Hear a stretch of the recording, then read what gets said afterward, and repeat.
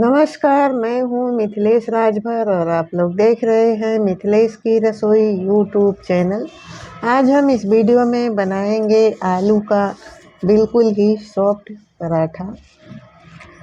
तो अगर हमारी वीडियो पसंद आती है तो एक लाइक कीजिएगा, शेयर कीजिएगा और मेरे चैनल को सब्सक्राइब नहीं किया है तो सब्सक्राइब कर लीजिएगा और नई वीडियो की नोटिफिकेशन पाने के लिए बेल आइकन को दबाकर ऑल पर क्लिक कर दीजिएगा ताकि नई वीडियो की नोटिफिकेशन आपको हमेशा मिलती रहे।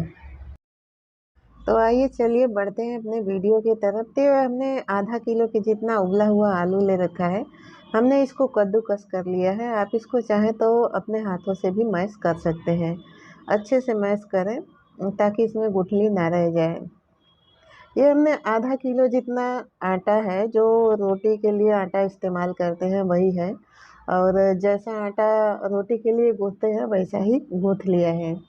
ये हमने लहसुन है, इसको हमने कूट लिया है 1 चम्मच और ये ढेर सारी मिर्ची हमने ले रखी है, इसको भी हमने कूट लिया है और धनिया पत्ती भी कट करके रख ली है। तो अब हम कढ़ाई को गरम कर लेते हैं और इसमें तेल डाल लेते हैं। तेल को गरम होने देते हैं और इसमें पहले हम लहसुन को डालकर फ्राई कर लेते हैं। लहसुन का कच्चापन निकलने तक हम फ्राई करेंगे और फिर इसके बाद हम इसमें हरी मिर्ची डालकर भी फ्राई कर लेंगे। आप अपने स्वाद के अनुसार मिर्ची जो है कम या ज़्यादा डाल सकते हैं। तो मुझे ज़्यादा तीखा खाने का मन कर रहा है, इसलिए हमने ज़्यादा मिर्ची ले रखी है। फिर भी मिर्ची को फ्राई करने के बाद इसका तीखा कम हो जाता है और जो आलू का जो स्टफिंग या चोखा हम बनाते हैं उसमें मिर्ची भूनने के बाद कम हो जाता है।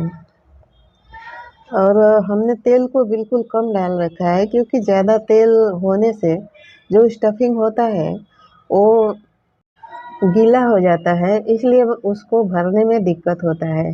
और इसमें हम धनिया को भी डालकर फ्राई कर लेते हैं थोड़ा गलने तक। जब ये गल जाएगा, थोड़ा कम हो जाएगा, तो हम इसमें जो आलू का चोखा तैयार करके रखे हैं या कद्दूकस करके या मैश करके जो कुछ भी करके रखे हैं, हम उसको इसमें मिला लेंगे।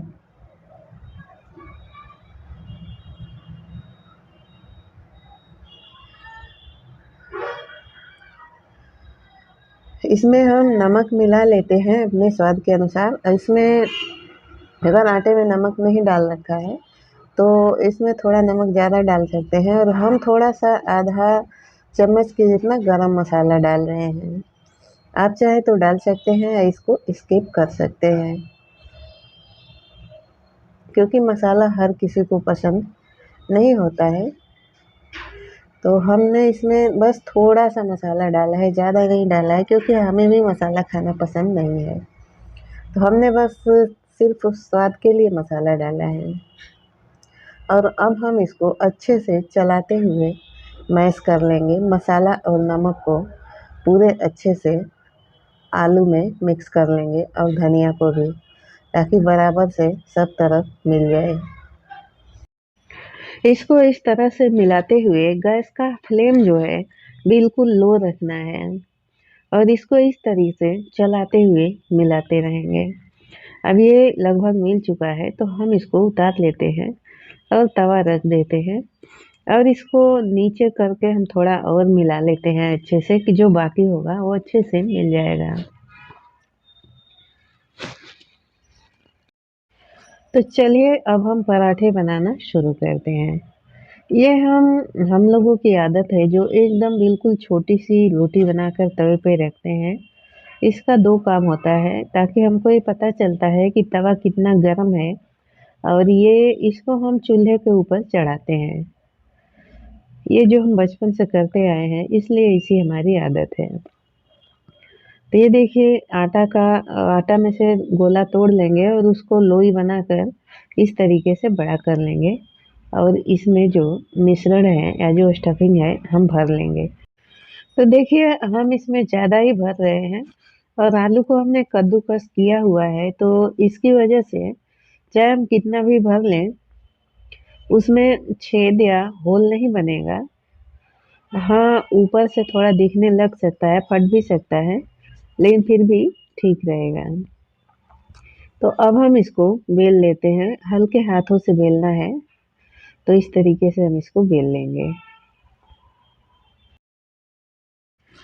तो ये देखिए, ये बेल चुका है, जो मतलब जहाँ तक का ज़्यादा पतला हो गया है, वहाँ का जो धनिया है हरा-हरा दिख रहा है, तो हमने इसको तवे पर डाल लिया है। अब इसको सेकने देते हैं। थोड़ा नीचे का भाग जब कड़क हो जाएगा तो इसको हम पलट लेंगे, और ये सेक रहा है तब तक हम एक और बना लेते हैं। देखिए हमने कितना सारा मसाला भर रखा है, आप चाहें तो कम भी भर सकते हैं। तो ये देखिए हमने इसको पलट लिया, तो देखिए कितना पका है। इस तरीके से जब पक जाए तो इसको हम पलट लेंगे, और इसको हम 2-3 बार चलाते हुए देखेंगे। जब नीचे का भाग पक जाएगा थोड़ा, तो हम इस पे ऑयल लगाकर इसको सेक लेंगे। ये नीचे का लगभग सिक चुका है, थोड़ा बाकी है, तो हम इस पे ऑयल लगा लेते हैं। ये हमने देखिए एक बड़ा चमची ले रखा है, और इससे हमने तेल पोत रखा है या अप्लाई कर रखा है, और इसको इस तरीके से ऑयल लगाने के बाद इसको अच्छे से 2 से 3 बार 4 बार अच्छे से अलट पलट कर सेक लेंगे, ताकि इसका तेल में जो है कच्चापन ना रहे।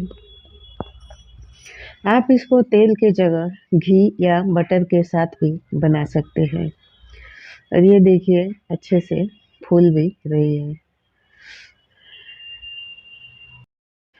ठीक इसी प्रोसेस के साथ हम सारे पराठों को सेक लेंगे, बना लेंगे। तो देखिए इस पे हमने ऑयल लगाया, इसको पलट दिया, और इसके पीछे भी हमने ऑयल लगाया, और फिर से इसको हम पलट देंगे। ये देखिए अच्छे से फूल रही है। अब इसको अलट पलट कर सेकने के बाद हम इसको उतार लेंगे। तो चलिए अब जो है हमारे सारे पराठे सिक चुके हैं, तो अब हम आपको दिखा देते हैं। ये सारे पराठे जो है हमने सेक लिए हैं। आप इसको अपने मनपसंद चटनी के साथ, अचार के साथ या टोमेटो केचप के साथ खा सकते हैं। तो चलिए ये हम आपको दिखा देते हैं। ये देखिए अच्छे से बना है, और बिल्कुल एकदम ही सॉफ्ट बना है और नरम बना है पराठा। और जो आलू है, या मतलब जो स्टफिंग है, बिल्कुल किनारे तक भरा है। देखिए ये हमने कद्दूकस किया हुआ था, इसलिए इसमें गुठली नहीं दिख रही है, तो अच्छे से चिपक गया है।